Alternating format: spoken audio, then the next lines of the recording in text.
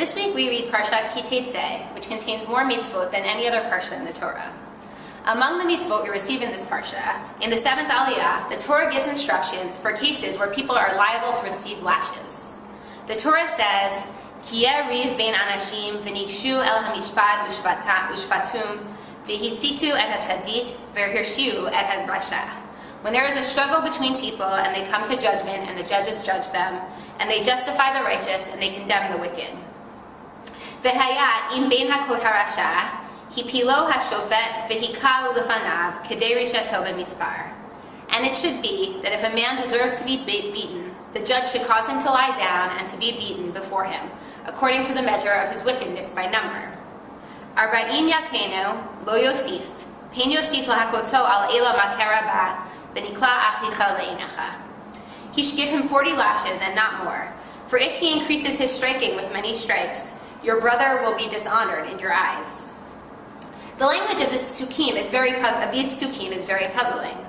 The people are categorized in absolutes. There's the Rasha on one hand and the Tzaddik on the other, the one who is only wrong and the one who is only right. However, within the final pasuk, there's an interesting shift. The Torah says, "V'nikla achicha le'inecha," and your brother shall be dishonored in your eyes. If he is so wicked, why should we care about his honor? And why would we call him our brother if the whole point is to teach the community that they should not be like him? Rashi, citing Sifrei, notes that while he is wicked, the Malkot are a type of kapara, or redemption for him. Through that act of kapara, the Rasha becomes Achicha, your brother. And in fact, in Masechet Makot, Chazal teaches that if one gets lashes for a sin for which he would otherwise get kari, or be cut off from the community, he is forgiven, and in fact, God will not cut him off after all. This idea is echoed in the 6th chapter of Sanhedrin. The act of confession there has the power to bring forgiveness, allowing even those who committed the most heinous crimes a place in the world to come. This notion, though, is both reassuring and troubling. It is reassuring because it means that there is always room for forgiveness. However, it is very difficult to feel that this type of intense corporal punishment and suffering is necessary for us to be forgiven. Could it really be that God can only give us kapara through this act of extreme pain? The final Mishnah in Masechet Makot presents a little bit of an alternative reading. Rabbi Chanina ben Akashi Omer, Ratzah HaKadosh Baruch Hu l'zachot et Yisrael, lefikach hirbel lahem Torah mitzvot shene'emar, Hashem chafetz leman tzidko, yadil Torah v'yadir. Rabbi Chananya ben Akashia says, the Holy One, blessed be He, wishes to give merit to Israel.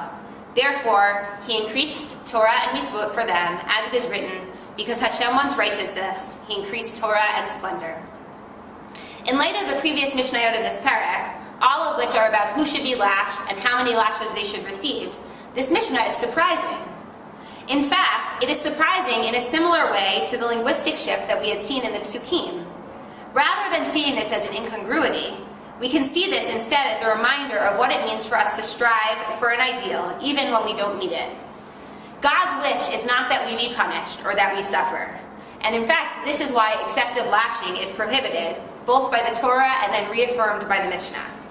After a certain point, these lashes are simply gratuitous, rather than serving any real role or having any real points. The true desire that God has for us is to find a way to increase our merit, and therefore increase righteousness and splendor in the world.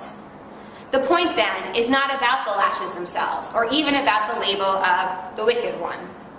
Ultimately, wickedness is a state that is ideally passed through, rather than a way of being that is at a person's core.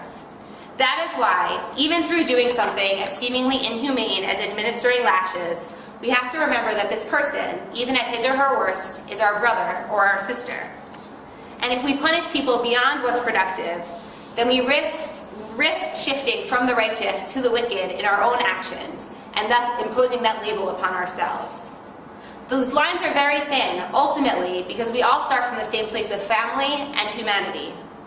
And similarly, the honor of the wicked is paramount, or the dignity of the wicked, because it is ultimately connected to the honor and dignity of God.